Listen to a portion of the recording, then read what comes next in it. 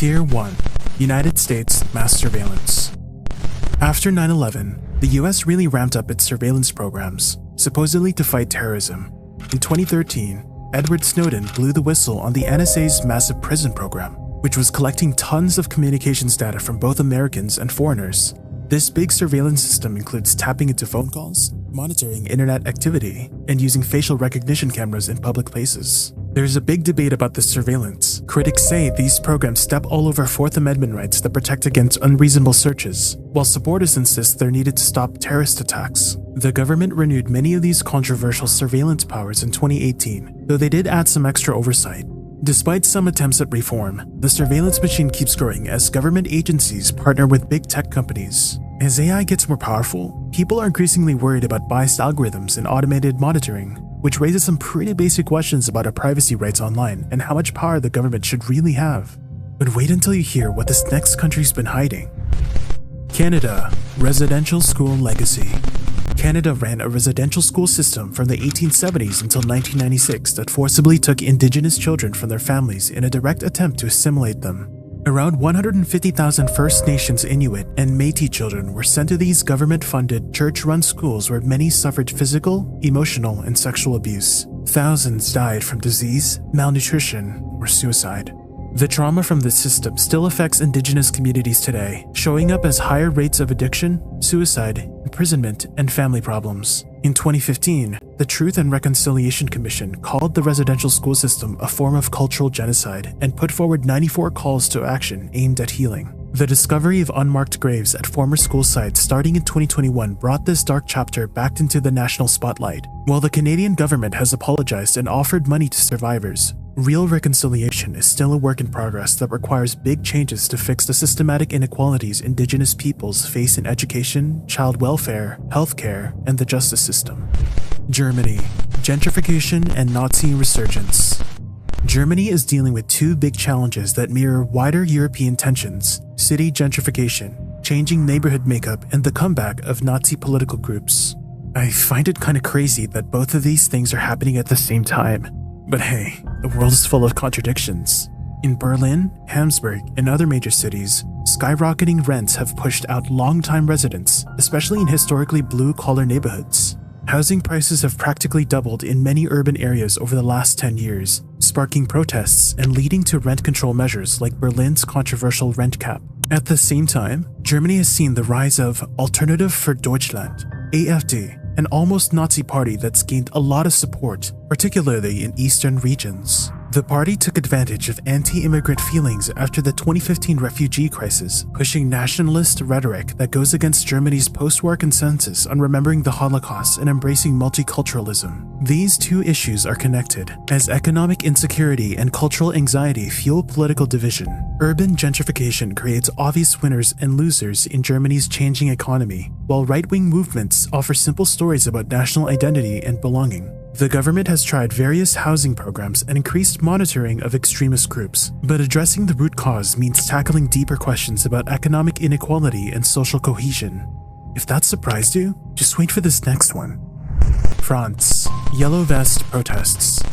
The Yellow Vest movement exploded in November 2018 as a grassroots protest against a planned fuel tax hike, but quickly grew into a wider rebellion against economic inequality. Named for the high visibility vests that French drivers must keep in their cars, the protests drew people from rural and suburban areas who felt ignored by politicians. What made the Yellow Vest movement unique was how it brought together people from across the political spectrum who shared economic complaints and opposition to President Emmanuel Macron, who they saw as the president of the rich. Weekly demonstrations in Paris and other cities often turned violent, with protesters clashing with police, damaging property, and occupying traffic circles across the country. In response, Macron eventually scrapped the fuel tax and launched a nationwide listening tour and policy discussion. He also announced 10 billion euros in economic concessions, including minimum wage increases and tax cuts for retirees. While the protests eventually died down, they revealed deep divisions in French society and challenged Macron's technocratic leadership style, forcing him to adjust his economic policies. Japan. Aging population crisis. Japan is facing the world's worst demographic challenge, with 29% of its population over 65. This aging crisis comes from two factors: the world's longest life expectancy 84.3 years, and extremely low birth rate, 1.3 children per woman. These trends are creating a demographic time bomb that threatens economic growth, healthcare systems, and social stability. The economic impact is huge. Japan's working-age population has dropped by over 13 million since 1995, creating worker shortages across all sectors. The dependency ratio, elderly citizens supported by each worker, keeps getting worse, putting pressure on pension systems and public finances. National debt is now more than 260% of GDP, partly due to increased spending on Social Security. The government has tried raising the retirement age, encouraging more women to work, and cautiously increasing immigration, a sensitive topic in traditionally homogenous Japan. Tech solutions like robots and AI for elderly care show promise, but can't fully solve the problem. Rural areas are especially hard hit as young people move into cities, leaving behind ghost towns with closed businesses and empty homes. Despite these efforts, Japan's experience serves as a warning to other developed countries facing similar demographic challenges. If you're with me so far, make sure to hit the subscribe button, and then let's expose some more countries. Australia, detention centers for asylum seekers. Australia's offshore detention policy has drawn international criticism since its implementation in 2001. Now, this one was a new one, even for me, because I truly thought Australia was free from the problems of the rest of the world. Asylum seekers arriving by boat are processed in facilities on Nauru and Papua New Guinea's Manus Island, creating what critics call a Pacific solution. These centers have been plagued by reports of inadequate medical care, prolonged detention, and psychological trauma, with multiple documented suicides and self-harm incidents. Human rights organizations consistently condemn these facilities as violations of international refugee law. The Australian government defends the policy as a deterrent to dangerous boat journeys orchestrated by smugglers. While some detainees have been resettled in third countries like the United States, hundreds remain in limbo for years. The policy enjoys bipartisan support politically, though activist groups continue advocating for closure. The financial cost is substantial, with billions spent maintaining offshore processing when compared to onshore alternatives. The debate raises fundamental questions about Australia's humanitarian obligations versus sovereign border control. And just when you think it can't get darker. South Korea, work culture and suicide rates. South Korea's intensely competitive work culture carries a heavy human cost, contributing to one of the highest suicide rates among developed nations. The average South Korean works about 1,900 hours annually, significantly above the OECD average. Corporate culture often demands long hours, rigid hierarchies, and after-work company gatherings, hoshik, that blur work-life boundaries. Workers face immense pressure from performance evaluations, age-based promotion systems, and fear of economic insecurity. This environment has helped fuel South Korea's suicide rate of approximately 25 per 100,000 people, with suicide being the leading cause of death for people in their 20s and 30s. The government has responded with mental health initiatives, work hour regulations, and anti-harassment laws, but cultural change comes slowly. Many trace these problems to the rapid economic development period when sacrifice for national growth was glorified. Despite increasing awareness and attempts at reform, workplace-related suicides remain disturbingly common, reflecting deeper societal issues around competition, success metrics, and mental health stigmatization. United Kingdom, colonial history backlash. The United Kingdom faces growing scrutiny over its imperial past as perspectives on British colonialism evolve. Recent years have seen heated debates about statues, museum artifacts, and educational curricula tied to colonial figures and events. The 2020 toppling of slave trader Edward Colston's statue. Norway, oil dependency controversy. Norway presents a paradox as a climate policy leader dependent on fossil fuel wealth. The country derives approximately 14% of its GDP and 40% of its exports from petroleum, while maintaining its trillion-dollar sovereign wealth fund largely through oil revenues. This contradiction generates increasing domestic tension. Environmental activists argue Norway can't credibly advocate climate action while expanding Arctic drilling operations. The government maintains its oil production is cleaner than alternatives and that abrupt cessation would destabilize the economy without reducing global consumption. Young Norwegians increasingly question this stance, with climate concerns influencing recent elections. The transition question is particularly acute for communities dependent on oil industry employment. Norway has invested significantly in renewable energy and electric vehicle adoption domestically, boasting the world's highest per capita EV ownership. The debate fundamentally concerns Norway's future identity, whether it can transition from petroleum dependency while maintaining its high standard of living and social welfare system, and how quickly such changes should occur. New Zealand. Inequity among Maori communities. Despite New Zealand's progressive reputation, significant disparities persist between Maori and non-Maori populations across virtually all social indicators. This one might be something you've heard of already, but believe me, the specifics will shock you. Maori face lower life expectancy, about 7 years less than non-Maori, higher unemployment rates, lower educational attainment, and disproportionate incarceration. Housing insecurity affects Maori communities severely, with lower home ownership rates and higher homelessness. These inequities stem from historical land confiscations, cultural suppression policies, and ongoing systemic barriers. While the 1840 Treaty of Waitangi established a partnership framework between Maori and the Crown, interpretations and implementation remain contentious. The Waitangi tribunal process addresses historical grievances through settlements, but many argue these don't adequately address ongoing structural disadvantages. Recent years have seen increased recognition of Maori language and cultural practices in public institutions, alongside growing advocacy for Indigenous self-determination. Health system reforms specifically targeting Maori outcomes represent one response to these persistent gaps. The debate continues over whether true equity requires fundamental power-sharing arrangements beyond cultural recognition, or whether existing frameworks can achieve necessary changes through proper implementation and resource allocation. Before we level up to Tier 2, make sure you like this video to show your support for my work. Tier 2. Brazil. Deforestation and illegal logging. Brazil houses roughly 60% of the Amazon rainforest, often called the planet's lungs, for its oxygen production and carbon sequestration capabilities. Despite its ecological importance, deforestation continues at alarming rates, with approximately 13,000 square kilometers lost annually in recent years. Illegal logging operations, often connected to organized crime networks, drive much of this destruction. Agricultural expansion represents the primary driver, with cattle ranching and soybean cultivation claiming newly cleared land. Indigenous communities face displacement and violence when defending their territories from these encroachments. Environmental activists and enforcement agents regularly receive death threats, with dozens murdered for opposing logging operations. International pressure has produced fluctuating governmental responses. Conservation commitments frequently conflict with economic development priorities, creating policy inconsistencies. Satellite monitoring technology has improved enforcement capabilities, but implementation remains challenged by corruption and limited resources. The global climate implications are substantial, as Amazon deforestation threatens to convert the rainforest from carbon sink to a carbon source if tipping points are reached, accelerating climate change worldwide. This next one takes it to a whole new level. India is living in the Stone Age. India.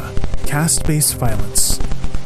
Despite constitutional prohibitions and numerous legal protections, caste-based discrimination and violence persist throughout India. Dalits, formerly called untouchables, and other marginalized castes continue experiencing systematic oppression, with approximately 50,000 cases of caste-based crimes reported annually, though actual numbers are believed to be substantially higher due to underreporting. These violations range from economic discrimination and social exclusion to physical violence and sexual assault. Honor killings, targeting intercaste couples, remain disturbingly common in certain regions. Particularly vulnerable are Dalit women, who face intersectional oppression based on both caste and gender, often experiencing violence with limited legal recourse. Urbanization and education have somewhat weakened traditional caste boundaries in metropolitan areas, while rural regions frequently maintain stricter hierarchies. Affirmative action policies provide reserved positions in government employment and education, generating both socioeconomic advancement and political backlash. Dalit activism has grown increasingly assertive, with movements demanding not merely protection, but structural change and appropriate representation. The tension between constitutional equality and deeply entrenched social hierarchies continue shaping Indian society, with caste remaining a powerful determinant of opportunity and security. Mexico. Police corruption and cartel influence. Mexico's security crisis reflects deeply entrenched corruption within law enforcement and profound cartel infiltration of government institutions. Approximately 80% of citizens report distrusting the police, with officers routinely accepting bribes or directly collaborating with criminal organizations. Low police salaries, often under $500 monthly, incentivize corruption, while those refusing cartel cooperation face threats or assassination. But we all saw this coming. There's so much representation in the media. Cartels exercise territorial control in numerous regions, establishing parallel governance systems that collect taxes, administer justice, and provide social services.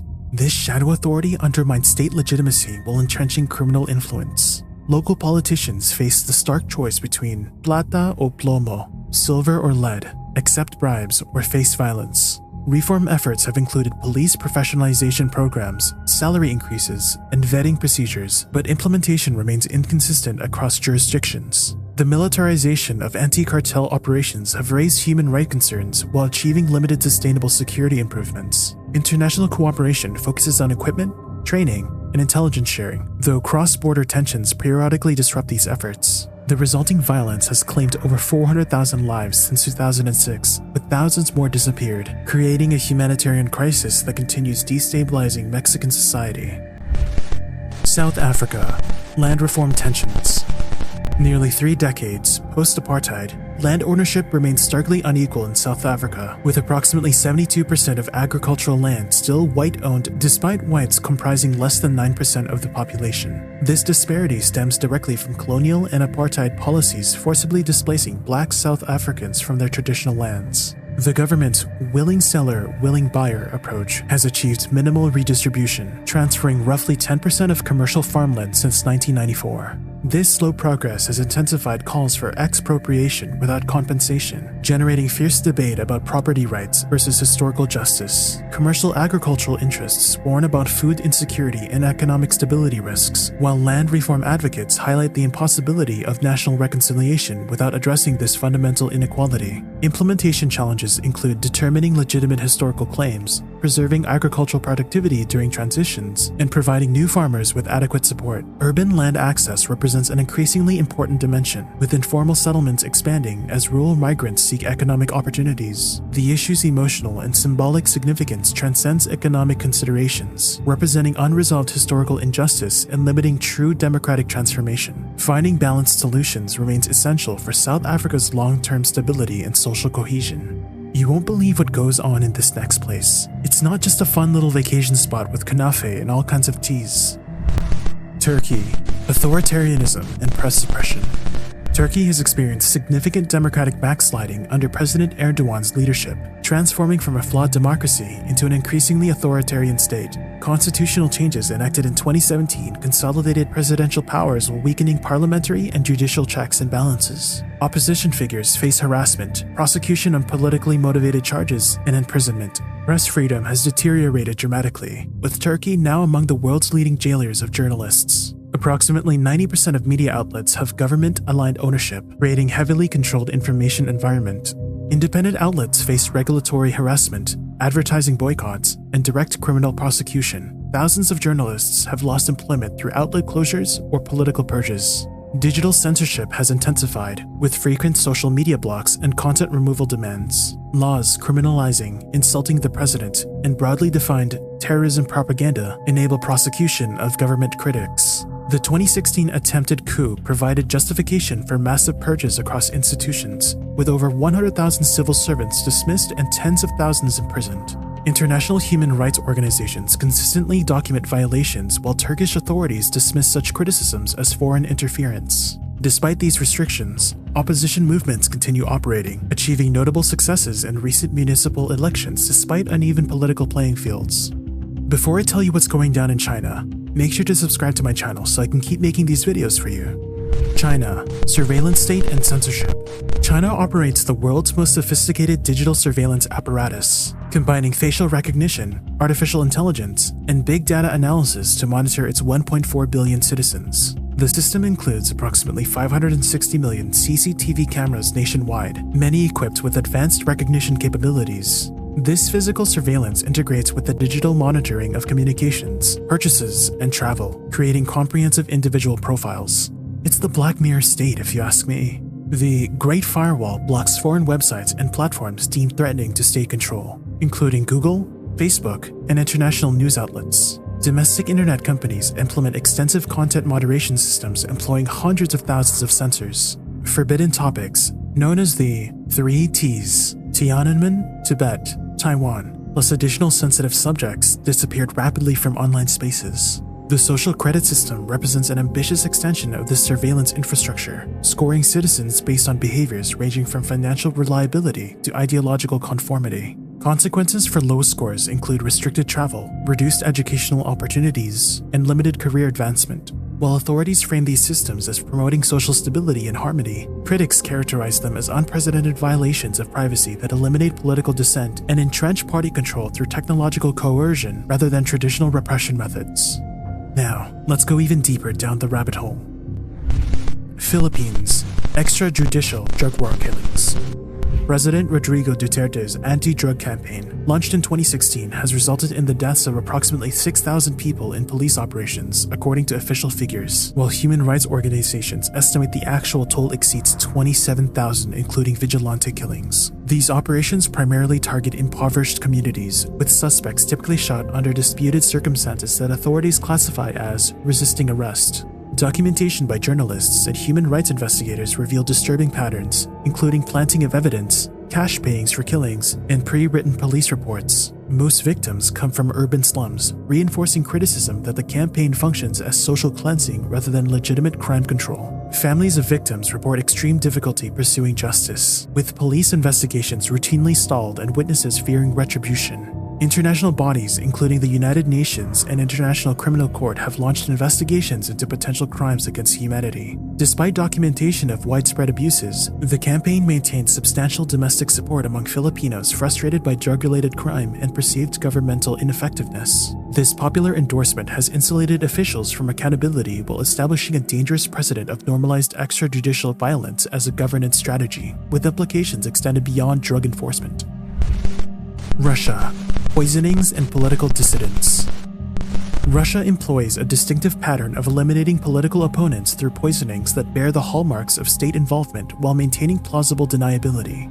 High-profile cases include Alexander Litvinenko, polonium-210, Sergei Skripal, Novichok nerve agent, and Alexei Navalny, also Novichok, establishing a recognizable signature targeting those deemed threats to the Kremlin. These chemical attacks represent just one component of a broader campaign against political opposition. Dissidents face arbitrary detention, manufactured criminal charges, administrative harassment, and physical assaults. Independent media outlets have been systematically dismantled through ownership changes, regulatory pressure, and designation as foreign agents or undesirable organizations. Recent legislation criminalizes an expanding range of political expression, including criticizing military operations, discrediting state bodies, or sharing false information about government activities. Hundreds of thousands have fled into exile, creating a significant Russian diaspora of political immigrants.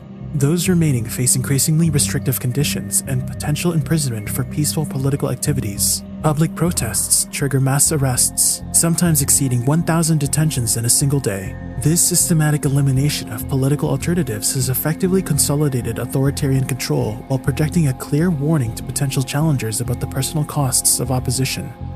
The further we go, the stranger it gets. Israel. Settlements and forced displacement.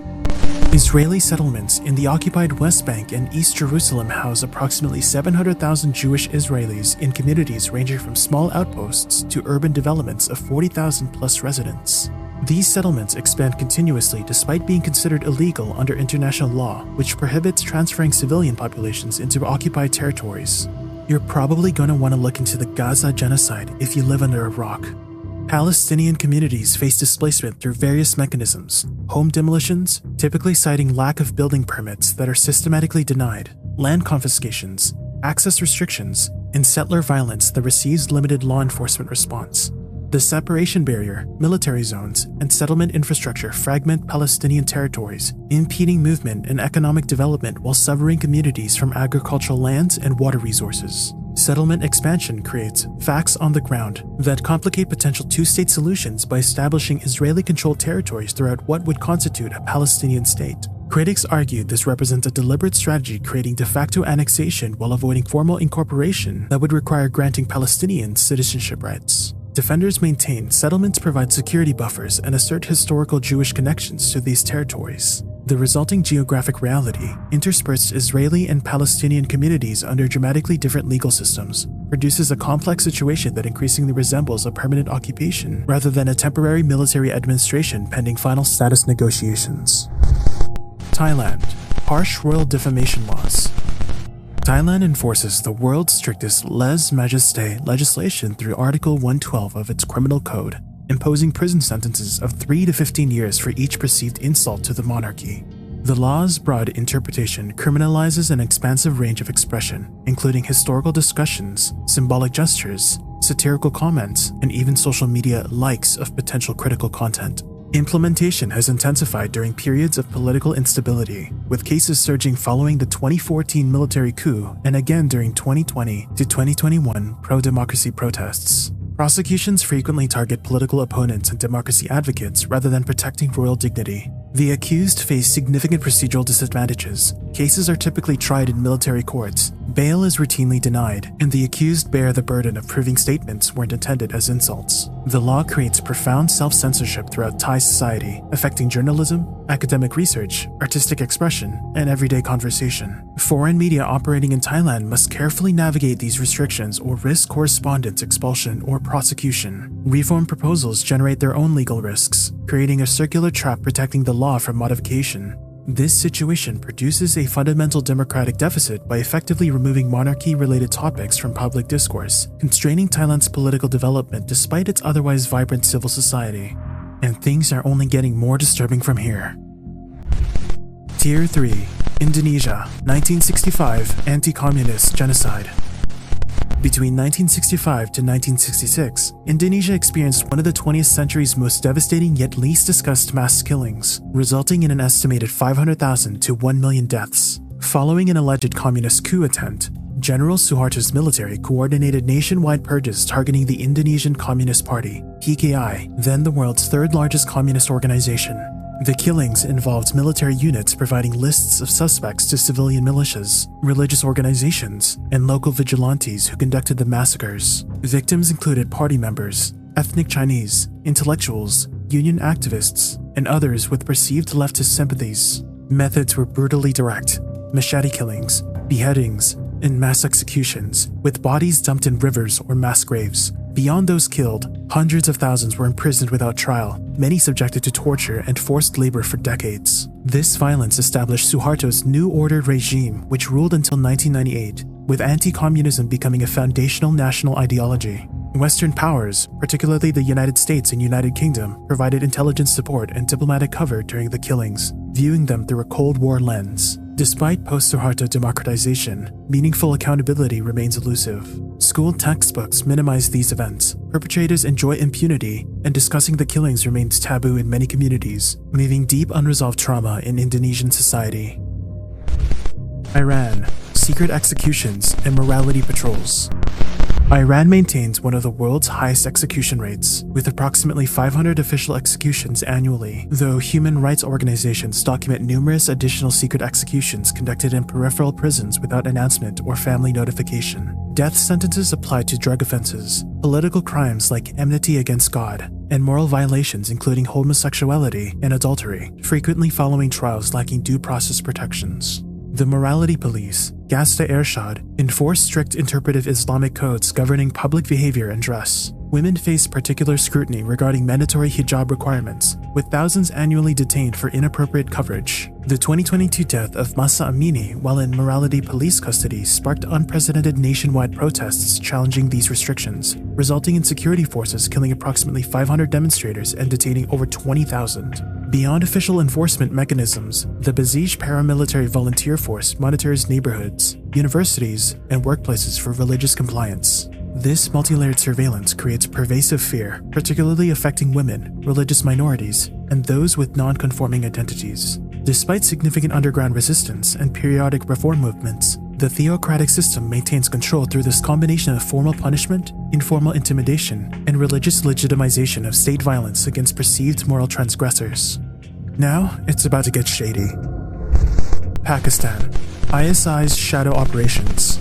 Pakistan's Inter-Services Intelligence, ISI, wields extraordinary influence both domestically and regionally. Operating with minimal oversight from civilian authorities, I used to have a very limited and negative impression of this country, shaped by stereotypes and media portrayals, but their intelligence capabilities are far more complex than you think. It's one of the best in the world. Domestically, the agency maintains extensive surveillance networks monitoring politicians, journalists, and activists, with documented involvement in enforced disappearances of regime critics, Baloch separatists, and others deemed threats to national security. The ISI's international operations focus primarily on Afghanistan and India. In Afghanistan, the agency provided crucial support to Taliban forces before, during, and after the US occupation, offering sanctuary, training, and financial backing despite official Pakistani denials. Regarding India, the ISI coordinates with militant groups including Lashkar-e-Taiba and Jaish-e-Mohammed, providing operational support for attacks including the 2008 Mumbai assault that killed 166 people.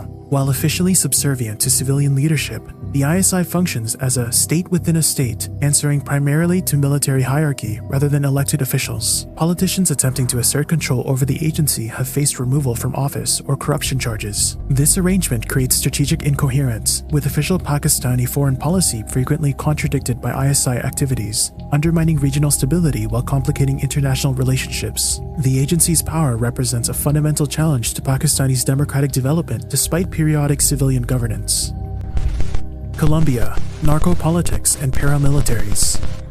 Colombia's 5-decade conflict between government forces, leftist guerrillas, and right-wing paramilitaries became deeply intertwined with narco-trafficking, creating complex relationships between political power and drug money. Drug cartels from Medellin and Cali to smaller regional organizations infiltrated political institutions through campaign financing, bribery, and intimidation, with investigations revealing approximately 35% of congressional representatives having narco connections during certain periods. Right-wing paramilitary forces, particularly the United Self-Defense Forces of Colombia, AUC, established control over vast territories in cooperation with regional political elites and military commanders. These groups, while claiming counterinsurgency justifications, committed widespread atrocities including over 3,000 massacres and displacing millions of rural Colombians. Investigations revealed systematic collaboration between paramilitaries and politicians in the parapolitics scandal implicating hundreds of officials in human rights abuses. Despite the historic 2016 peace agreement with FARC rebels and AUC demobilization, narco-political dynamics persist in reconfigured forms. Criminal successor groups control cocaine production regions, local politics remain compromised in peripheral areas, and land originally seized through violence now appears legitimized through legal mechanisms. Drug money continues influencing elections despite strengthened campaign finance regulations, perpetuating governance challenges despite significant security improvements in major urban centers. Still here? Like this video if you haven't already, and then sit back and learn some more. Egypt, Rabaa massacre and torture. The August 2013 Rabaa al-Dawiwa massacre represents the bloodiest single incident in modern Egyptian history, with security forces killing at least 817 protesters, possibly over 1,000, demonstrating against President Morsi's military overthrow. Forces surrounded the sit-in encampment before methodically firing against demonstrators using snipers and armored vehicles, while blocking medical evacuation. Human Rights Watch characterized the killings as probable crimes against humanity, involving premeditated plans to use lethal force against civilians. This violence exemplifies Egypt's broader human rights deterioration under President el-Sisi's leadership. Approximately 60,000 political prisoners filled overcrowded detention facilities where systematic torture includes electric shocks, suspension in painful positions, and sexual assault. Detainees face rotation through multiple cases to circumvent pre-trial detention limits, effectively creating indefinite imprisonment without conviction. Independent media has been virtually eliminated through outlet closures, journalist imprisonments, and website blocking. Over 500 sites restricted.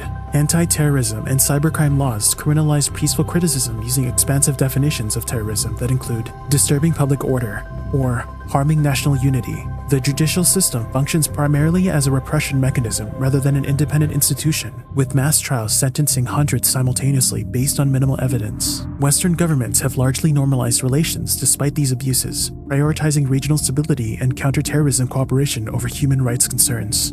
If that shook you, the next one will leave you speechless. Argentina, that disappeared during Dirty War.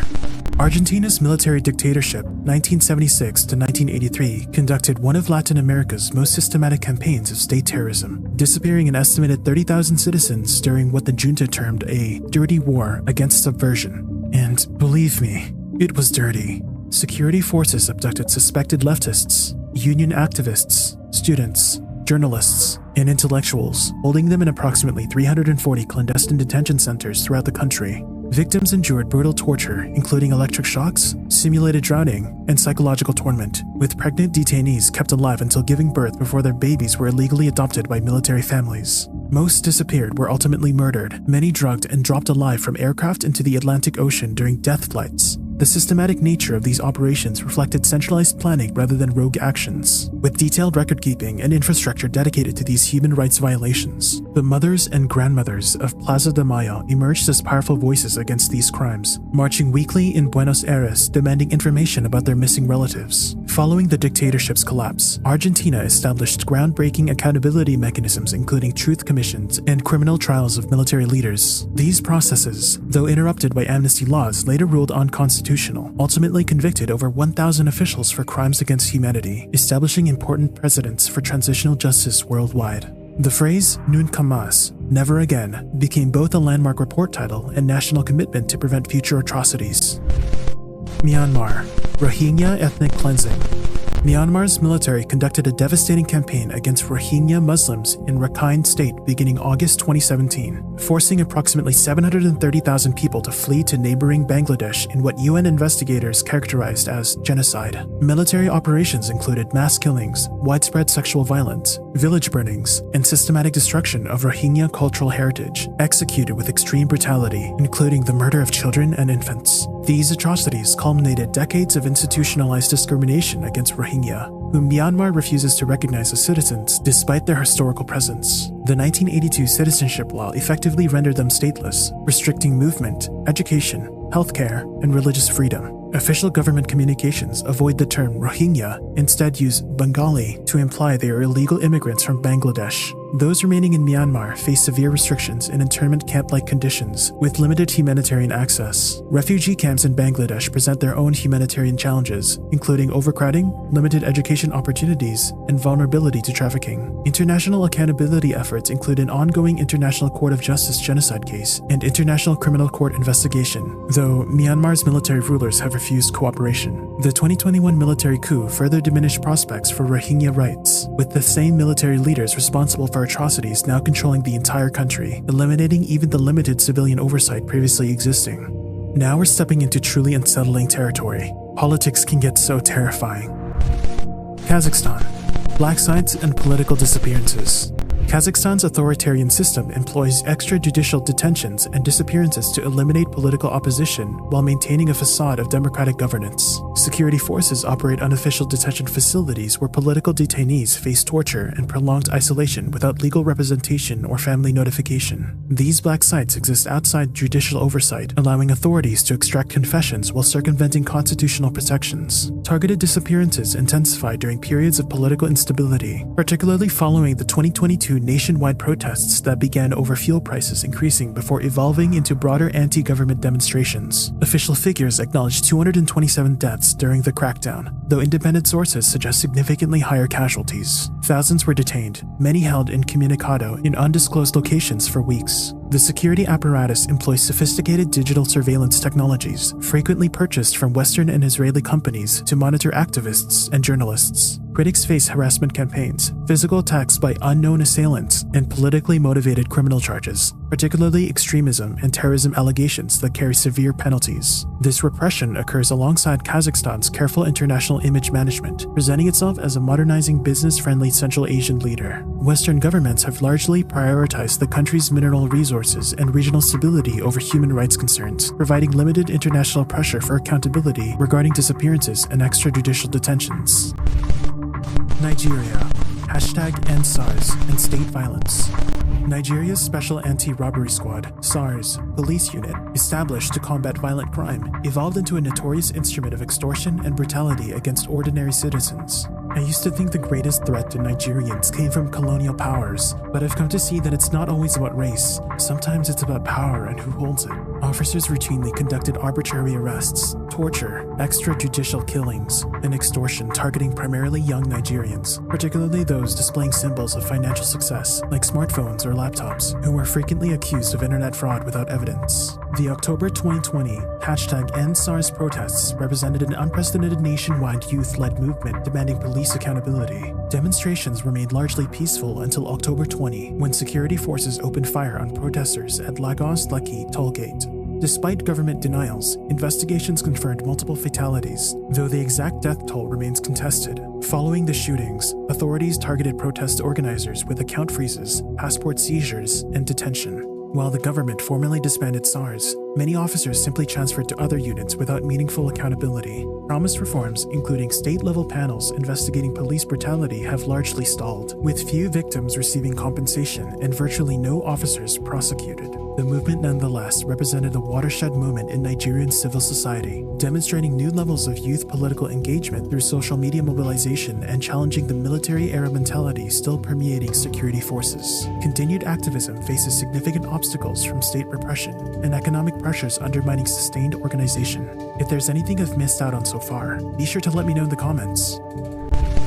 Algeria, civil war and mass disappearances.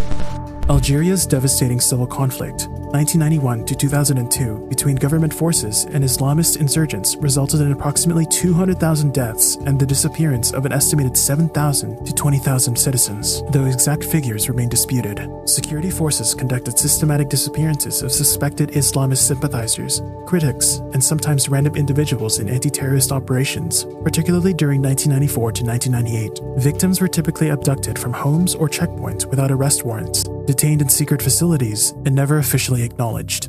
Islamist armed groups, particularly the Armed Islamic Group, GIA, conducted their own campaign of kidnappings, beheadings, and massacres targeting government supporters, intellectuals, foreigners, and women violating their interpretation of Islamic dress. Both sides employed extreme violence against citizens, creating a climate of terror throughout the country, with particular brutality in rural regions. The 1999 Civil Concord Law and 2005 Charter for Peace and National Reconciliation provided amnesty for most combatants, while explicitly prohibiting investigations into disappearances, effectively institutionalizing impunity. Families of the disappeared, organized through groups like SOS Disparu, continued demanding truth and accountability despite government intimidation. Authorities typically refused to provide death certificates or information about victims' fates, leaving families in perpetual uncertainty while preventing proper mourning. This unresolved trauma continues shaping Algerian politics and society, with younger generations inheriting both the silence surrounding these events and the underlying governance grievances that initially sparked the conflict. And this isn't the only place where the young are traumatized. Ethiopia, Tigray conflict atrocities. The conflict in Ethiopia's northern Tigray region, which erupted in November 2020, has produced one of the world's worst humanitarian crises, with all parties implicated in severe human rights violations. Ethiopian federal forces, allied Eritrean groups, and Amhara regional militias conducted widespread massacres of Tigrayan civilians, including the killing of hundreds in Aksum and Maikadra. Military forces systematically employed rape and sexual violence as weapons of war, with investigators documenting thousands of assaults designed to inflict community trauma and ethnic humiliation. A deliberate siege strategy blocked humanitarian aid, communications, and essential services, creating famine conditions affecting over 900,000 people. The conflict destroyed approximately 80% of Tigray's healthcare facilities and damaged irreplaceable cultural heritage, including ancient religious sites dating to early Christianity. Tigrayan forces similarly committed atrocities during counteroffensives into neighboring regions, executing civilians and destroying infrastructure. Despite a fragile 2022 peace agreement, accountability remains limited. Ethiopian authorities have obstructed international investigations, denied atrocities, and employed problematic domestic processes lacking independence. Mass graves continued being discovered, with evidence collection complicated by security concerns and degraded forensic conditions. The conflict's ethnic dimension has inflamed historical tensions throughout Ethiopia's federal system, threatening broader destabilization while leaving communities with deep unresolved trauma that undermines reconciliation efforts. Chile, post-Pinochet police violence. Chile's transition to democracy beginning in 1990 left significant authoritarian enclaves within state institutions, particularly the Carabineros National Police Force, which retained Pinochet-era immunity mechanisms and militarized operational approaches. Despite Chile's international image as Latin America's stable democracy, police consistently employ excessive force against protesters, particularly targeting student movements, indigenous Mapuche communities, and social justice demonstrations. The 2019 mass protests against inequality triggered unprecedented police violence, with cabineros firing rubber bullets directly at protesters' face, causing hundreds of eye injuries and numerous blindings that became symbolic of state repression. Human rights organizations documented approximately 8,500 human rights violations during this period, including torture, sexual violence against detainees, and indiscriminate use of tear gas affecting bystanders and residential areas. Accountability mechanisms remain deeply inadequate, with internal police investigations rarely resulting in serious disciplinary measures, and military courts frequently claiming jurisdiction over abuse cases despite their demonstrable lack of impartiality. Civilian courts have convicted officers in particularly high-profile cases, but systematic reform efforts face institutional resistance. The police violence issue became central to Chile's constitutional reform process, reflecting widespread recognition that addressing this legacy of authoritarianism represents an essential component of completing Chile's long-delayed democratic transition and establishing genuine citizen security based on human rights rather than repression. Ready to question reality? Here comes the next tier. Tier 4. Ukraine. Oligarchic influence and secret militias. Ukraine's post-Soviet development has been shaped by outsized oligarchic influence, with approximately 10 to 15 ultra-wealthy individuals controlling critical economic sectors while maintaining extensive political networks. These oligarchs own major media outlets, fund political parties, and maintain parliamentary factions advancing their specific business interests. It's like living in the medieval ages even today, and I think in this day and age it's a very problematic dynamic to have. This system creates policy capture, benefiting connected elites while undermining governance reforms demanded by civil society and international partners. Following the 2014 Euromaidan Revolution and subsequent Russian aggression, numerous volunteer battalions formed to supplement Ukraine's underfunded military. While most were gradually integrated into official security structures, some maintained significant autonomy and controversial connections to political figures or oligarchic sponsors. Groups like Azov initially attracted far-right elements, creating propaganda opportunities for Russian disinformation despite their subsequent professionalization and reduced extremist presence. Efforts to dismantle oligarchic control through anti-corruption institutions and de-oligarchization legislation have achieved important but incomplete results. The National Anti-Corruption Bureau has pursued high-profile investigations, while asset declaration requirements increase transparency. However, implementation faces resistance from entrenched interests within the judicial system, which often undermines accountability. The full-scale Russian invasion beginning February 2022 complicated this reform agenda while simultaneously creating unprecedented national unity and accelerating Ukraine's European integration process, potentially strengthening long-term democratic resilience against both external aggression and internal capture by wealthy elites. Sri Lanka. Tamil civilian massacre cover-ups. The final phase of Sri Lanka's civil war, January to May 2009, witnessed catastrophic civilian casualties as government forces launched their decisive offensive against the Liberation Tigers of Tamil Eelam, LTTE. Approximately 40,000 to 70,000 Tamil citizens died according to UN estimates, though precise numbers remain disputed given restricted access to conflict zones and subsequent evidence destruction. Government forces repeatedly shelled designated no-fire zones where civilians had congregated following official evacuation orders, while also targeting hospitals despite knowing their coordinates. Systematic cover-up efforts began immediately, with authorities restricting journalist and humanitarian access, intimidating witnesses, and promoting dramatically lower casualty figures contradicted by satellite imagery and survivor testimony. Military officials implicated in serious violations received promotions rather than accountability. Official narratives portrayed all casualties as either legitimate LTTE targets or civilians being used as human shields, despite evidence of indiscriminate bombardment. Post-war governments established multiple domestic commissions lacking independence, international credibility, or meaningful results. The UN Human Rights Council has repeatedly demanded accountability mechanisms with international involvement,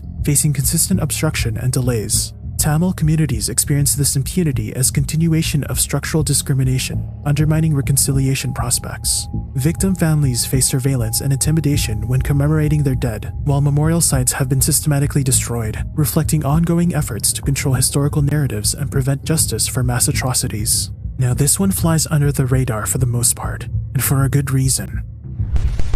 Belarus. Opposition crackdowns and torture. Belarus, under Alexander Lukashenko, operates Europe's most repressive political system, with intensified brutality following the contested 2020 presidential election. When hundreds of thousands protested electoral fraud, security forces responded with unprecedented violence, detaining over 35,000 people in a 4-month period. Detainees faced industrialized torture in police stations and detention facilities, with hundreds documenting systematic beatings, stress positions, sexual violence, and mock executions. The regime methodically eliminated independent civil society, closing over 1,000 non-governmental organizations and prosecuting their leaders on fabricated charges. Independent media has been virtually eradicated, with dozens of outlets declared extremist and hundreds of journalists imprisoned or forced into exile. The legal system functions explicitly as a political weapon, with over 1,400 political prisoners currently serving lengthy sentences following closed trials violating basic procedural standards. Repression targets increasingly extend beyond traditional opposition figures to encompass ordinary citizens expressing dissent through symbols, social media comments, or even private communications accessed through forced phone checks. The government employs hostage-taking tactics against diaspora critics by arresting their relatives within Belarus. This systematic terror has driven approximately 200,000 to 300,000 Belarusians into exile, creating a significant diaspora opposition movement while stripping the country of young professionals. Despite sanctions and international isolation, the regime maintains control through security force loyalty, Russian economic support, and the climate of fear established through demonstrative cruelty towards dissenters. Venezuela: hunger, repression, and blackouts. Venezuela's humanitarian crisis stems from years of economic mismanagement, corruption, and political turmoil.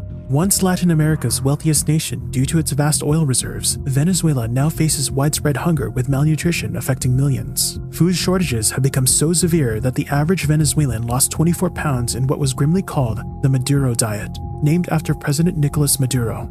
Political repression has intensified as the government struggles to maintain control. Opposition leaders face imprisonment, exile, or disqualification from elections. Peaceful protests are often met with violence from security forces. Human rights organizations document arbitrary detentions, torture, and extrajudicial killings. Infrastructure collapse has led to chronic electricity failures across the country. Major blackouts can last days or weeks, particularly outside Caracas. Without electricity, water pumping systems fail, hospitals cannot operate life-saving equipment, and food spoils in already empty refrigerators.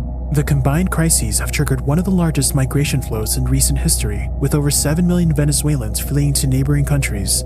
Despite possessing the world's largest proven oil reserves, everyday Venezuelans continue to endure profound suffering, while the political elite maintain their grip on power. What's your take on the situation in Venezuela? Let me know in the comments because I'll be reading them all. Let's peel back another layer of this iceberg. Malaysia: disappearance of MH370 and deep state rumors.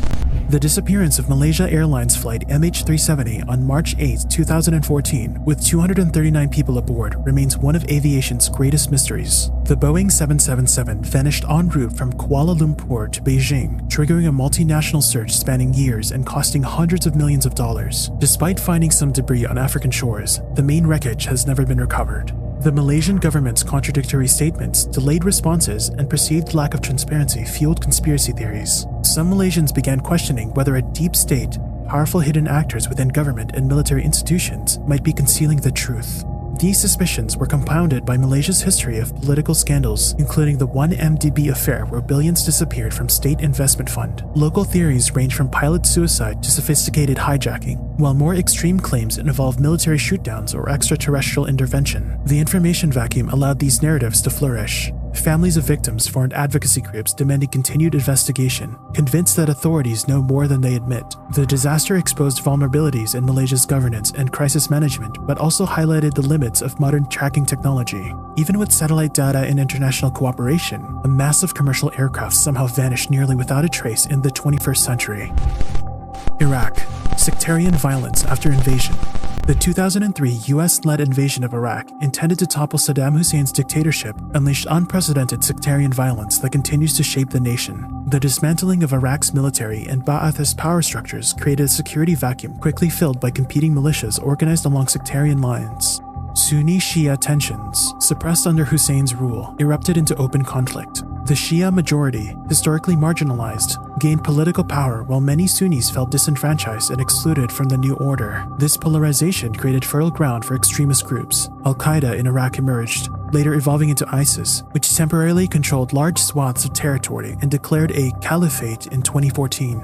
At its peak between 2006 to 2007, the sectarian violence killed thousands monthly. Neighborhoods in Baghdad transformed from mixed communities to homogeneous enclaves as families fled targeted killings, kidnappings, and bombings. Religious shrines became targets, further inflaming tensions. External powers exploited these divisions, with Iran supporting Shia militias while Saudi Arabia backed Sunni groups. The sectarian dynamics transcended Iraq's borders, contributing to regional instability. Despite ISIS' territorial defeat and reduced violence in recent years, Iraq's social fabric remains deeply fractured, with militias still wielding significant influence and communities bearing psychological scars from years of brutality. You might want to pause here, because this next one's chilling. Guatemala, legacy of US-backed genocides.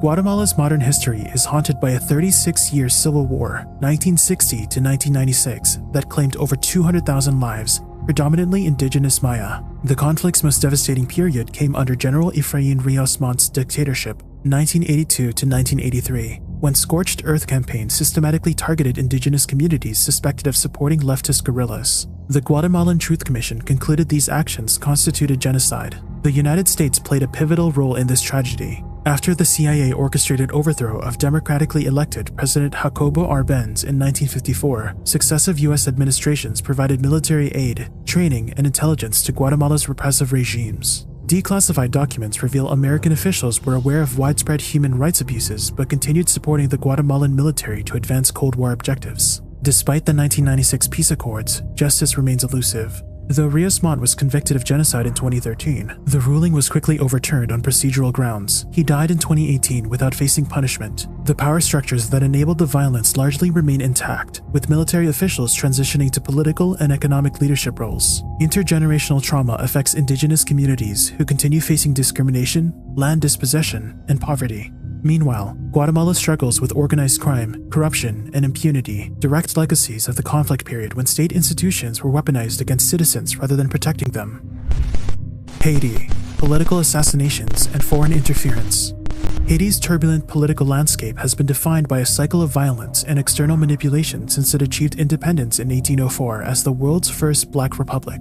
The July 2020 assassination of President Jovenel Moïse, gunned down in his home by Colombian mercenaries, represents just the latest chapter in a long history of political killings that have destabilized the nation. Foreign powers have repeatedly intervened in Haitian affairs. The United States occupied Haiti from 1915 to 1934, restructuring its government and economy to serve American interests. Later, the U.S. supported the brutal Duvalier dictatorships 1957 to 1986 as Cold War allies. When democratically elected President Jean-Bertrand Aristide threatened established power structures, he was ousted twice with foreign involvement. International aid often undermines Haiti's sovereignty. Following the devastating 2010 earthquake, billions in promised assistance bypassed Haitian institutions, instead flowing through foreign NGOs with minimal local input. UN peacekeepers deployed to stabilize the country introduced a cholera epidemic that killed thousands while peacekeeping personnel faced numerous accusations of sexual abuse. Haiti's political class bears responsibility too, frequently prioritizing personal enrichment over national development. Gang violence now dominates parts of Port-au-Prince, with armed groups controlling territory and resources while maintaining links to political figures. This toxic mix of domestic corruption and foreign meddling has left the Western Hemisphere's poorest nation trapped in a seemingly endless crisis. Up next, we'll be talking about a country that often draws a lot of international attention. Don't forget to hit that like button and let's continue. North Korea, biological weapons and labor camps. North Korea's secretive biological weapons program operates under the guise of agricultural and medical research facilities. Intelligence assessments suggest the regime possesses pathogens including anthrax, smallpox, plague, and cholera, capable of being weaponized. Unlike nuclear tests, biological weapons development can be concealed in dual-use laboratories, making verification nearly impossible without site inspections that North Korea refuses to permit. Equally concerning are the country's vast political prison camps, estimated to hold 120,000 to 150,000 people. These gulags operate outside any legal framework, with detention often extending to 3 generations of family under the regime's guilt by association doctrine. Satellite imagery reveals facilities like Camp 14, Camp 16, and the notorious Yodok camp, where inmates endure forced labor, starvation rations, and summary executions. Former prisoners who escaped describe unimaginable conditions: 16-hour workdays in mines or factories, public executions for minor infractions, medical experimentation, and widespread sexual violence. Mortality rates are extreme, with many prisoners dying from malnutrition, untreated disease, work accidents, or torture. International pressure has proven largely ineffective, as the Kim dynasty views both its weapons programs and prison camp system as essential to regime survival. While nuclear weapons receive greater diplomatic attention, these twin horrors, biological weapons, and labor camps remain critical components of North Korea's apparatus of control and intimidation. Now, another popular name when it comes to negative representation in the news. Rwanda, post-genocide political suppression. Rwanda's remarkable recovery from the 1994 genocide, when approximately 800,000 Tutsis and moderate Hutus were slaughtered in just 100 days, has been widely celebrated. Under President Paul Kagame's leadership, the country achieved economic growth, improved healthcare, increased women's representation in government, and maintained impressive stability. However, this transformation has come alongside growing political repression. Kagame, who led the Rwandan Patriotic Front that ended the genocide, has systematically eliminated opposition voices. Critics face intimidation, arrest, disappearance, or exile. Presidential challengers like Victoire Ingabire and Diane Rwigara have been imprisoned on dubious charges. Journalists and human rights defenders operate in a climate of fear, with many prominent voices silenced. The government justifies these measures as necessary to prevent ethnic hatred from resurging. Laws against genocide ideology and divisionism, though intended to prevent hate speech, are broadly applied to suppress legitimate political dissent. The trauma of the genocide provides moral authority to silence critics both domestically and internationally. Rwanda's diaspora is not immune, with dissidents abroad targeted through sophisticated surveillance and alleged assassination attempts. Western allies largely overlook these abuses, prioritizing Rwanda's stability and economic success over democratic values. This compromise creates a troubling paradox: a nation healing from genocide while simultaneously developing new forms of authoritarianism with potentially dangerous long-term consequences. This next one has been huge on TikTok lately. Democratic Republic of Congo, coltan wars and child soldiers. In the mineral-rich eastern provinces of the Democratic Republic of Congo, the extraction of coltan, essential for smartphones and electronics, has fueled one of the world's deadliest conflicts since the late 1990s. Get ready to learn the shocking truth about where the smartphone in your hand comes from. Armed troops compete for control of mines that supply materials needed to make electronics, generating billions in revenue while leaving local communities devastated. The profits enable militias to purchase weapons, bribe officials, and maintain control through brutality. Child soldiers form a tragic cornerstone of this exploitation. An estimated 30,000 children have been forced into armed groups, either abducted from villages or recruited when desperate poverty leaves no alternatives. Boys typically serve as fighters, porters, or mine workers, while girls endure slavery in addition to combat roles. Children as young as 7 carry AK-47s, with many forced to commit atrocities against their own communities to sever family ties. The system is completely broken. The mining conditions are equally horrific. Workers, including children, dig by hand in unstable tunnels without safety equipment, earning a few dollars daily while facing constant threats from armed overseers. Many die from cave-ins, respiratory diseases, or violence. Despite international awareness campaigns and legislation requiring companies to verify conflict-free supply chains, enforcement remains weak. The region's remote geography, corrupt governance, and porous borders ensure that blood coltan continues flowing into global markets, maintaining the deadly cycle of resource extraction and human suffering. Saudi Arabia, Khashoggi killing and media control. The brutal murder of journalist Jamal Khashoggi at Saudi Arabia's consulate in Istanbul in October 2018 revealed the extreme measures the kingdom will take to silence critics. Khashoggi, a Washington Post columnist who had once been close to the Saudi royal family, was ambushed by a 15-member hit squad, strangled and dismembered with a bone saw. His remains have never been recovered. U.S. intelligence concluded that Crown Prince Mohammed bin Salman personally approved the operation, highlighting how media suppression extends beyond Saudi borders. Despite international outrage, meaningful consequences were limited, with most Western nations prioritizing arms sales and oil relationships over human rights concerns. Domestically, Saudi Arabia maintains near total control over information. Traditional media outlets serve as government mouthpieces, while social media users face imprisonment for critical posts. The Specialized Criminal Court, ostensibly created for terrorism cases, regularly sentences peaceful dissidents to lengthy prison terms. Women's rights activists, religious minorities, and reform advocates languish in detention. many subjected to torture. The regime employs sophisticated surveillance technology to monitor communications, with platforms like Twitter allegedly infiltrated by Saudi operatives to identify critics. Simultaneously, state-sponsored trolls flood social media with propaganda and harassment campaigns targeting dissidents. This comprehensive system of censorship and intimidation ensures that Mohammed bin Salman's carefully cultivated image as a modernizing reformer faces minimal challenge, despite policies that have actually intensified repression. Let's explore the Arab region a bit more and see what else they're hiding. Sudan, Darfur genocide and militia rule.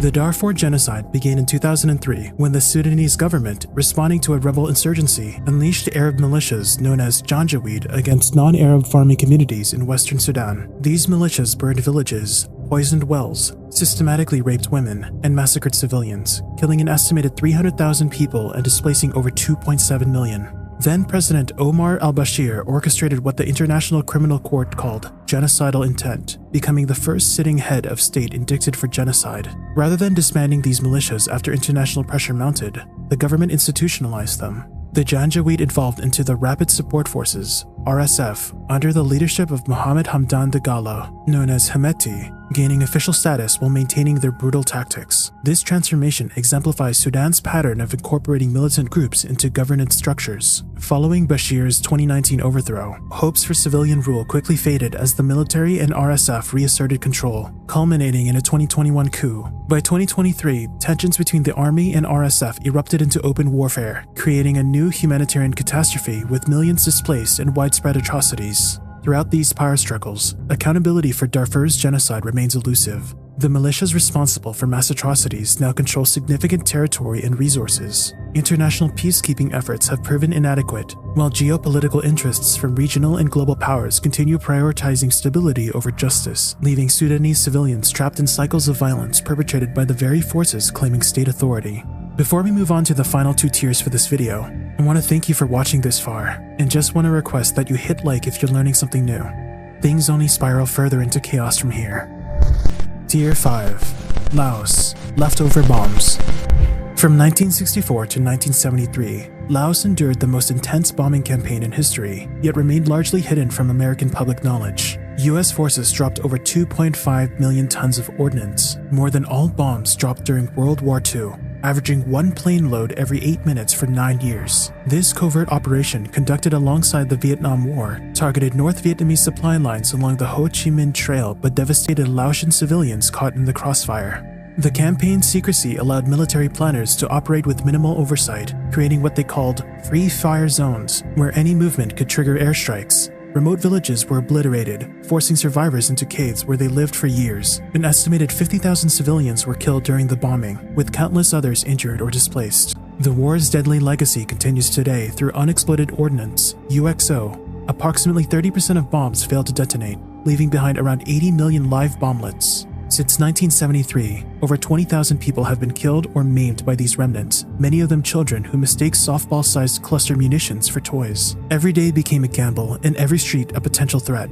Clearance efforts progressed slowly, with specialized teams meticulously searching fields inch by inch. At current rates, making Laos safe could take centuries. Meanwhile, rural communities face an impossible choice: risk death cultivating UXO-contaminated land, or face starvation by avoiding it. This next section revisits the topic of child soldiers. Uganda, child soldier legacy. Uganda's decade-long conflict, particularly the Lord's Resistance Army, LRA, insurgency led by Joseph Kony, created generations of child soldiers whose trauma continues to shape the nation. Between 1987 and 2006, the LRA abducted an estimated 30,000 children, primarily from the Acholi region of northern Uganda, transforming them from victims into perpetrators through calculated brutality. Abduction typically began with forced participation in violence, children ordered to kill fellow captives, sometimes their own family members. This psychological manipulation severed community ties while creating trauma bonds with captors. Boys became fighters, girls served as porters, wives, which were essentially slaves, and eventual mothers to children born in captivity. And these were not children born out of consent. Today, thousands of child soldiers struggle to reintegrate into communities that often fear and stigmatize them. Those who escaped or were rescued face extreme psychological challenges, including PTSD, depression, substance abuse, and suicidal tendencies. Many lack education and livelihood skills, having spent their formative years carrying weapons instead of attending school. Recovery programs have shown mixed results. Traditional cleansing ceremonies help some reconnect with communities, while rehabilitation centers offer counseling and vocational training. Yet funding remains inadequate for the scale of need. The government's amnesty policy, while facilitating surrenders, created tension with accountability demands. Meanwhile, victims of LRA atrocities often feel justice has been sacrificed for stability, complicating reconciliation efforts in a region still haunted by memories of forced violence. Honduras, cartel violence and death squads. Honduras has become synonymous with extreme violence, consistently ranking among the world's deadliest countries outside active war zones. Strategically positioned between cocaine-producing countries and the US markets, the nation serves as a critical transit point, with an estimated 80% of US-bound cocaine passing through its territory. This geography has attracted powerful cartels who battle for control of trafficking routes. The violence extends beyond cartel conflicts into state institutions. Following the 2009 coup that ousted President Manuel Zelaya, military and police forces increasingly adopted extrajudicial tactics against perceived threats, including activists, journalists, and opposition figures. Death squads, often comprising off-duty or former police officers, targeted suspected gang members and social undesirables with apparent impunity. Security forces received substantial US funding despite documented human rights abuses. The 2016 assassination of environmental activist Berta Cáceres highlighted this contradiction, as her killers included military officers trained by American advisors. Investigations into high-profile cases routinely stall, with less than 4% of murders resulting in conviction. This environment has fueled mass migration northward. Thousands of Hondurans flee annually, risking dangerous journeys through the US border to escape threats from gangs, cartels, and corrupt authorities. If you're still with me, get ready for the darkest corner yet. El Salvador, gang-run prisons and secret police.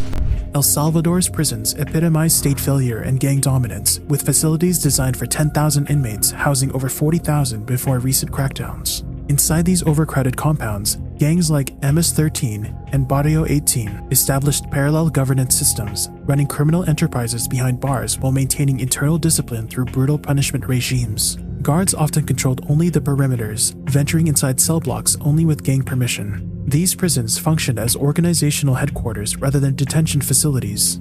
Leaders communicated freely with street operations through smuggled phones, coordinated extortion networks, and even negotiated with government officials. Prison tattoos, hand signals, and slang evolved into sophisticated identification systems, while new inmates were forced to declare gang allegiance for survival. Simultaneously, elements within El Salvador's police formed clandestine death squads targeting suspected gang members. Investigations revealed WhatsApp groups where officers often shared assassination plans and celebrated extrajudicial killings, sometimes posting photos of corpses. These units operated alongside official policing, with members shifting between legitimate and illegal operations. President Nayib Bukele's recent state of exception suspended constitutional rights, allowing mass arrests that further strained the prison system. While temporarily reducing street violence, this approach mirrors historical patterns of authoritarian response without addressing root causes. Meanwhile, families of the wrongfully detained protest disappearances reminiscent of the Civil War era, suggesting El Salvador's security apparatus continues privileging oppression over accountability and reform.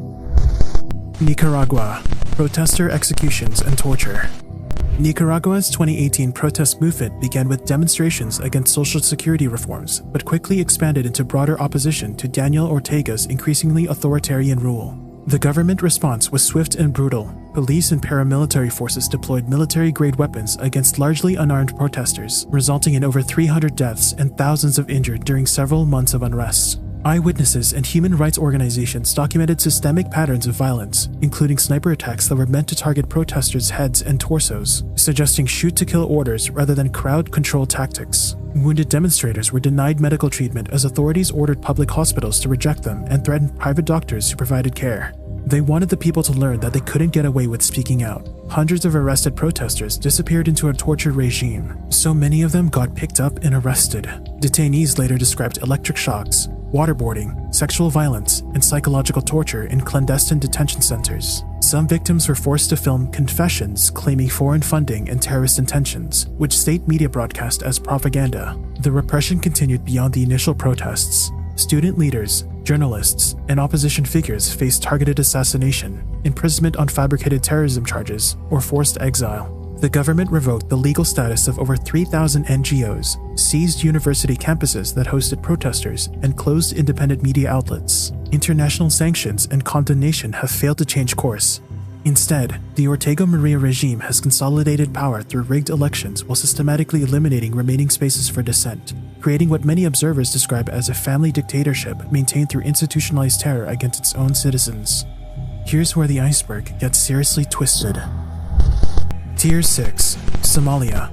Warlords and Western-backed chaos. Somalia's collapse into statelessness began with the 1991 overthrow of dictator Siad Barre, creating a power vacuum filled by competing clan-based warlords who carved the country into fiefdoms. Western interventions, ostensibly humanitarian, often exacerbated the situation.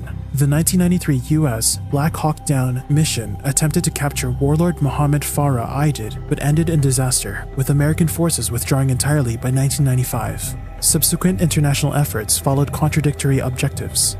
Ethiopia's 2006 invasion, supported by US intelligence, toppled the Islamic Courts Union that had briefly stabilized Mogadishu but inadvertently strengthened the more radical Al-Shabaab. Meanwhile, Western powers backed successive weak transitional governments with minimal local legitimacy. Foreign fishing fleets exploited the security vacuum to plunder Somalia's rich coastal waters, destroying local livelihoods and contributing to piracy's rise. Oil companies secured exploration rights through deals with officials lacking popular mandate. Today, despite billions in aid and an African Union peacekeeping mission, much of Somalia remains ungoverned, with warlords and militants controlling territory while external powers pursue counterterrorism and economic interests with little regard for Somali sovereignty. Next up, something so buried, even locals whisper about it, mostly because they don't have the power to talk about it. Azerbaijan. Suppression of Armenian population in Artsakh. The Armenian population of Nagorno-Karabakh, Artsakh, faced systematic erasure culminating in the 2023 Azerbaijani military operation that forced nearly all remaining Armenians to flee their ancestral homeland. This ethnic cleansing represented the final stage of a conflict with deep historical roots, but accelerated by Azerbaijan's 2020 military victory. Following that war, Azerbaijan implemented a blockade of Lachin Corridor, Artsakh's lifeline to Armenia, creating severe shortages of food, medicine, and essential supplies. For 9 months, 120,000 Armenians endured deteriorating humanitarian conditions while international appeals for corridor access went unheeded. When Azerbaijan launched its anti-terrorist operation in September 2023, the exhausted and isolated population had no defense. Within days, approximately 100,000 Armenians, over 90% of Artsakh's inhabitants, fled to Armenia, bringing only what they could carry. Those who remained faced detention, with reports of torture and disappearances. Azerbaijan has since begun renaming Armenian villages, destroying cultural heritage sites, and removing Armenian inscriptions from churches dating back centuries. Systematic erasure of Armenian presence from territory they inhabited for over 2 millennia. Western powers, dependent on Azerbaijani energy resources, offered minimal resistance, effectively allowing the complete depopulation of an ancient Christian community. South Sudan. Civil War cannibalism allegations. South Sudan descended into brutal civil war just 2 years after achieving independence in 2011, with fighting largely along ethnic lines between President Salva Kiir Dinka's supporters and Vice President Riek Machar's newer followers. Among the conflict's most disturbing aspects were credible reports of cannibalism used as a weapon of terror. UN investigators and humanitarian workers documented multiple incidents where government forces and allied militias forced civilians to eat human flesh, often from relatives they had been forced to kill. In one verified case of unbridled torture, soldiers made a woman cook and eat her own husband's body as they watched. Other victims were forced to drink blood from murdered family members. These ritualized atrocities serve specific psychological warfare purposes, destroying community bonds, maximizing trauma, and marking victims as polluted in ways traditional healing practices couldn't address. They wanted to create trauma that would pass through generations. The perpetrators deliberately created severe psychological damage intended to permanently fracture communities. Despite a 2018 peace agreement, accountability remains non-existent. Most perpetrators retain military positions, while victims lack access to mental health support. The international community, having invested heavily in South Sudan's creation, has largely avoided confronting these crimes. Meanwhile, survivors navigate profound trauma while living alongside their tormentors in a fragile, uneasy peace where justice seems increasingly unlikely. Now, the last thing I have to talk about is something that'll haunt you because of how unfair it is. Equatorial Guinea. Dictatorship and absurd wealth gap. Equatorial Guinea epitomizes kleptocracy under President Teodoro Obiang Nguema, who seized power in 1979 and now ranks as the world's longest-serving ruler. Despite vast oil wealth making the country's per capita GDP comparable to South Korea's, most citizens live on less than $2 daily while lacking clean water, reliable electricity, or basic healthcare. The contrast between elite luxury and widespread poverty is staggering. Obiang's son, or vice president, Teodorin, famously owned a $100 million mansion in Paris and a $38 million private jet alongside his collection of luxury cars including Ferraris, Bugattis, and Bentleys, all purchased on an official government salary of $60,000 annually. Meanwhile, the regime maintains power through systematic repression. Political opponents face torture, arbitrary detention, and extrajudicial execution. Elections are theatrical performances where Obiang routinely claims victory with over 90% of votes. Media remains strictly controlled, with journalists practicing intense self-censorship to avoid imprisonment. Western oil companies have largely enabled the system, making billion-dollar deals with the regime while overlooking human rights abuses. Diplomatic pressure remains minimal, as energy interests trump concerns about corruption or repression. This international complicity helps explain how a tiny country with enormous natural resource wealth remains among the world's most unequal societies. If you enjoyed the video, make sure to subscribe with notifications turned on and be sure to check out our last video, the Genocide Iceberg.